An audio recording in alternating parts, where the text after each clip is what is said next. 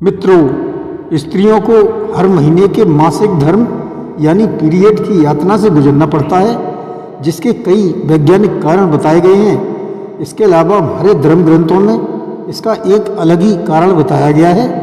पौराणिक कथाओं के अनुसार एक बार देवगुरु बृहस्पति और देवराज में तनातनी हो गई, जिससे देवगुरु नाराज होकर कहीं चले गए।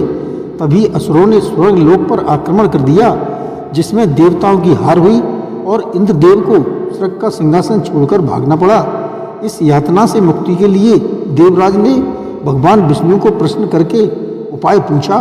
तब विष्णु जी ने क्या उपाय बताया, फिर ऐसा क्या हुआ कि देवराज ने स्त्रियों को श्राप दे दिया।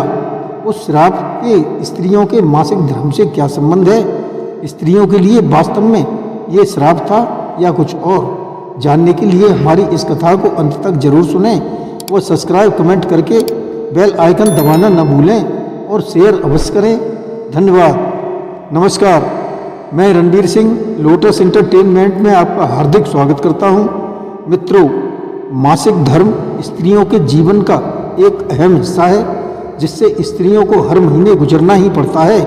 इस दौरान वह पूजा पाठ और अन्य पवित्र कार्यों में शामिल नहीं हो पाती हैं। वैज्ञानिकों की दृष्टि से इसका एक अलग कारण बताया जाता है, लेकिन अगर पौराणिक कथा के अनुसार देखा जाए तो स्त्रियों के मासिक धर्म का संबंध इंद्रदेव के श्राप से बताया जाता है, जिसका वर्णन भागवत पुराण में मिलता है। स्त्रियों में होने वाले मासिक धर्म की कथा हमारे पुराणों में अच्छे से बताई गई है। भागवत पुराण के अनुसार एक बार देवगुरु बृहस्पति इंद्रदेव से नाराज होकर कहीं चले गए। तब इस अवसर का फायदा उठाकर असुरों ने देवताओं पर आक्रमण कर दिया। युद्ध में राक्षसों से देवताओं को हराया, इंद्रलोक पर कब्जा कर लिया, जिसकी वजह से इंद्रदेव को स्वर्ग लोक और अपना सिंहासन छोड़ना पड़ा। उसके बाद देवराज इंद्र अपनी मदद के लिए ब्रह्मा जी के पास गए। वहां पर पहुंचकर उन्होंने ब्रह्मा जी से अपनी पूरी व्यथा बताई और सहायता के लिए प्रार्थना की।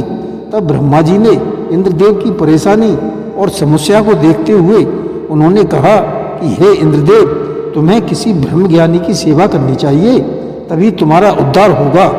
देवराज इंद्र ने ब्रह्मा जी के कहने पर एक ब्रह्म ज्ञानी की सेवा करना शुरू कर दिया।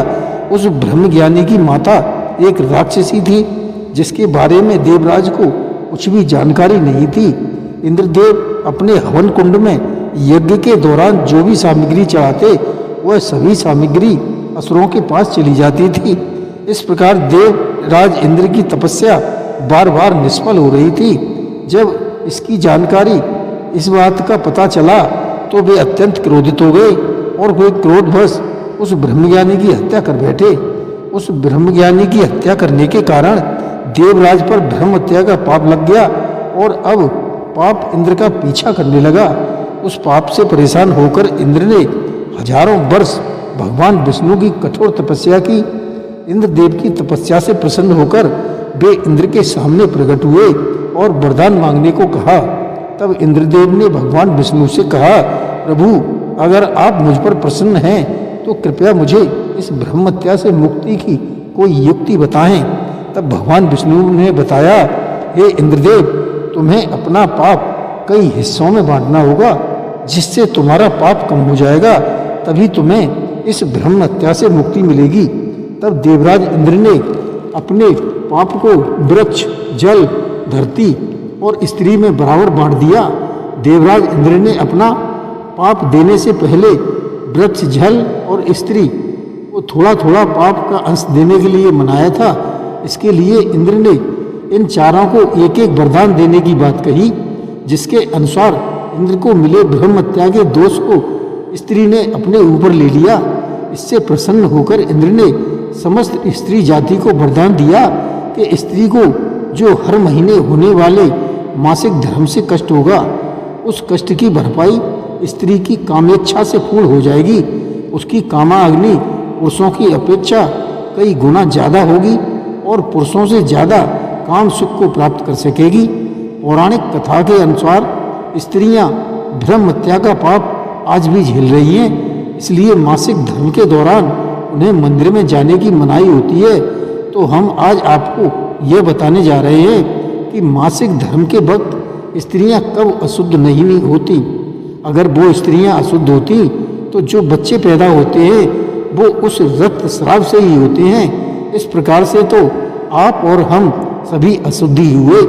दूसरी बात यह है कि जब द्रौपदी को भरी सभा में लेकर आया गया था तब वह मासिक धर्म से थी, और अगर वो अशुद्ध होती तो भगवान श्री कृष्ण जी ने उनकी सहायता क्यों की। वैसे मासिक धर्म में जो दोष बताया गया है वो कुछ इस प्रकार से है। स्त्री का मासिक धर्म का चक्र 3 दिन का रहता है। जब स्त्री मासिक धर्म से होती है तो पहले दिन डायन, दूसरे दिन ब्रह्मघातिनी, तीसरे दिन रजस्वला, तब कहीं जाकर चौथे दिन शुद्ध होती है। और जिस तरह बार बार रोगी को स्पर्श करने से रोग हो जाता है, उसी तरह से रजस्वला स्त्री को देखने से दोष लगता है। ऐसा कुछ भी नहीं है, यह सिर्फ हमारा दृष्टि दोष है।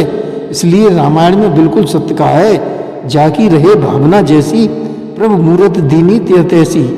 जय श्री कृष्ण।